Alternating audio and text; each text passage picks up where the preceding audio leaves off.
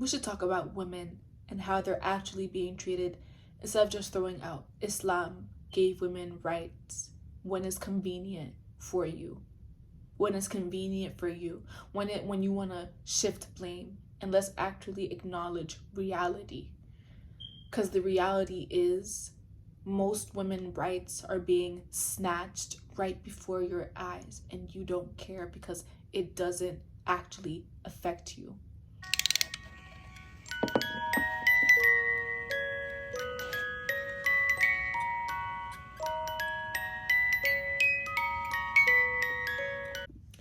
Okay, I thought I was done, but I'm actually going to add more to this video, right? Being a woman is so hard. Like, wallahi is so hard. You can get married to a man, spend your entire youth with that man, and then one day you'll just find out that he has a second family somewhere else, or he'll just leave you high and dry for a younger woman and restart an entire different family. And the family won't say nothing. Nobody will ever say anything to that man to be like, yo, what you did was wrong.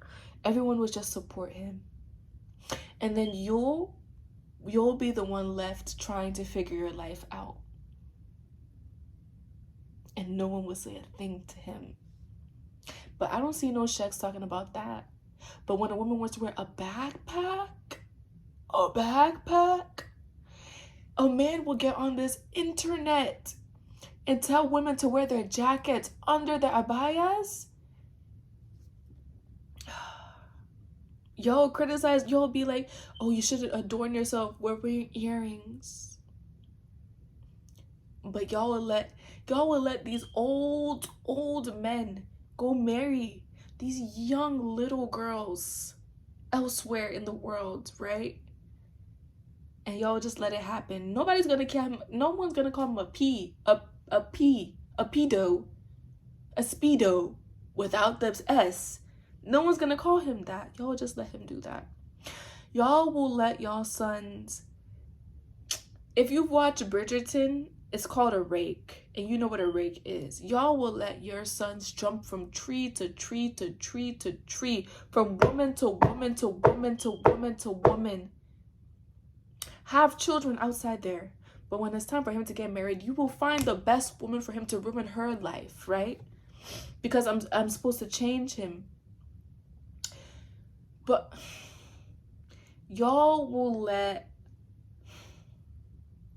your sons do anything. You all won't even raise him. But when your daughter breathes the wrong way, all of a sudden she's this, she's that. You will cuss her, you will do this, you will do that. The anger, my curse is on you. Like, I can't even, my anger is on you. Like, my haka is on you. Like,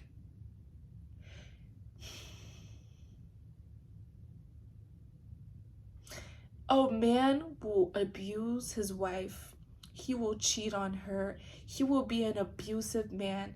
Y'all will tell y'all's daughter, that woman, don't leave him. No, don't leave him. He's your husband. Y'all will convince her to stay, right? But if he kills her, what does anyone say? No one says anything. No one ever says, oh, don't abuse her. Don't hit her. Treat her right. Oh, maybe don't cheat on her. Y'all just sit and watch, because that's how a man is supposed to behave, right? But y'all will get on God's green earth, God's green internet, and say nonsense and rubbish about women. Y'all just wake up thinking about how can I ruin a woman? How can I make sure that women are, like, y'all are just worried about women. Look at the men in your, look at the men. My best friend showed me this video, and I didn't watch it, right? I should have watched it, but there are religious figures in other countries, in Muslim, not religious figures, like, let's just say imams, like local imams in different countries, right? Specifically Muslim countries, that will allow a grown man to marry a child for 24 hours, sleep with the child, right? And then, like, that's halal, like, and they'll say that that's halal, but you're all worried about women. There are places that women aren't allowed to get education. Women don't have access to education. Some women don't have access to what is it? To pads. To literally, like, they don't have access to feminine hygiene stuff that they need. Women are being,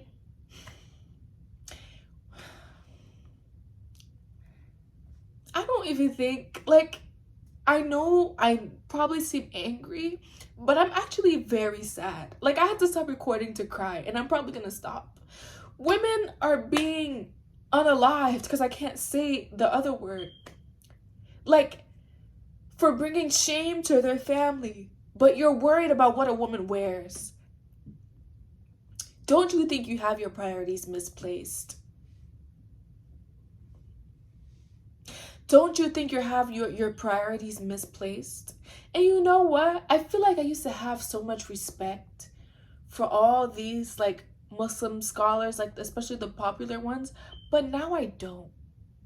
Because compared to, like, the male scholars that I see, they are actually, the female ones, they're actually not living their life as much as y'all be doing. Y'all just be country to country preaching. And I'm not saying you're doing a bad thing, but what actually is your impact on the ummah?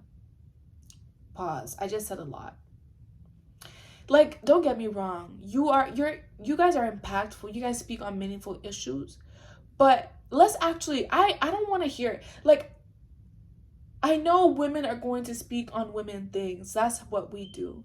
But if y'all want to keep women in y'all's mouth so bad, like y'all just trimming and itching to speak about women and how much they should be wearing hijab properly and this, that, and the third, let's actually talk about the issues that affect women today. It's Muslim women, because y'all care so much about us, right?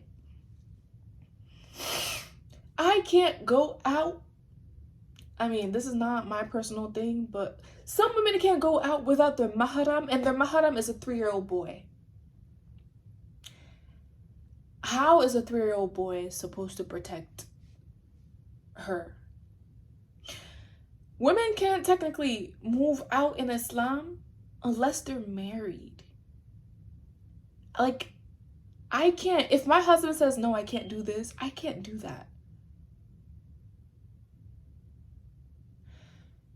I don't think I can keep defending my religion. All I know is that I'm just trying to have a good relationship with God. I'm just trying to go to heaven. But maybe I need to learn more about Islam. And maybe I really just need to not listen or not let certain things get to me. But I really don't know if I can keep defending Islam to other people. I'll try my best. But unfortunately, they're making very valid points.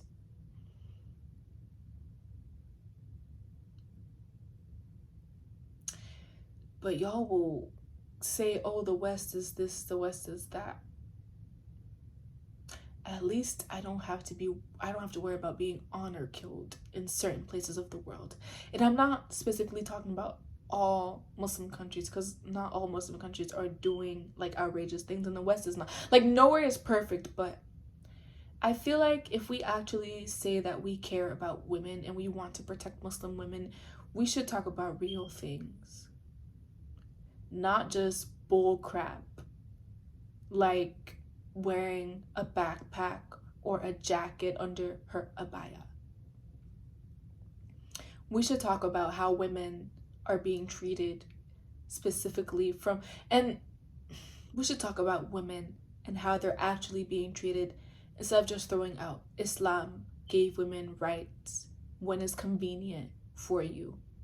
When it's convenient for you. When you want to shift blame. And let's actually acknowledge reality. Because the reality is most women's rights are being snatched right before your eyes, and you don't care because it doesn't actually affect you. It doesn't. And I would like to take this time to bring, oh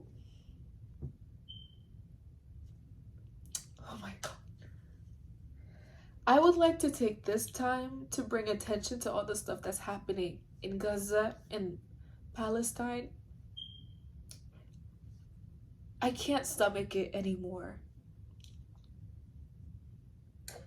like, I can't watch the videos anymore. And I'm sure I'm a terrible person for saying that, but I don't care. People are being burned alive in hospitals where you're supposed to be revived back to health, where you're supposed to have your life taken care of. People are dying in hospitals. Subhanallah. Subhanallah. Ya Allah, please. I don't even know what to say. Like, there's nothing much to say. It's terrible. What's happening in Gaza is terrible. I can't even watch the videos anymore. I'm so sorry. A year ago, I could. And it wasn't easy. It made me so sad. It made me depressed. But people are being burned alive in Gaza right now as we speak.